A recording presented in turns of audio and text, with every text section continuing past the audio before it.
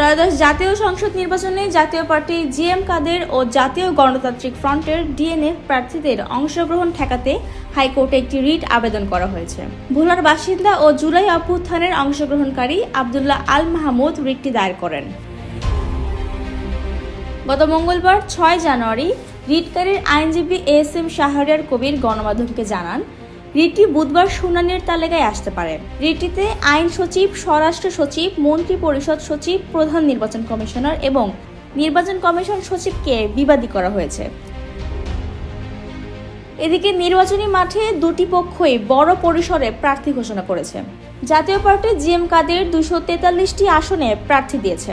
গত ২৬ ডিসেম্বর গুলশানের লেক্সর হোটেলে এক অনুষ্ঠানে দলের মহাসচিব শামীম হায়দার পাটোয়ারি চূড়ান্ত তালিকা প্রকাশ করেন। অন্যদিকে জাতীয় পার্টি আনিসুল ইসলাম ও জেপির আনোয়ার হোসেন মঞ্জুর নেতৃত্বে গঠিত নতুন জোট জাতীয় গণতান্ত্রিক ফ্রন্ট ডিএনএফ ১১৯টি আসনে ১৩১ জন প্রার্থীর নাম ঘোষণা করেছে।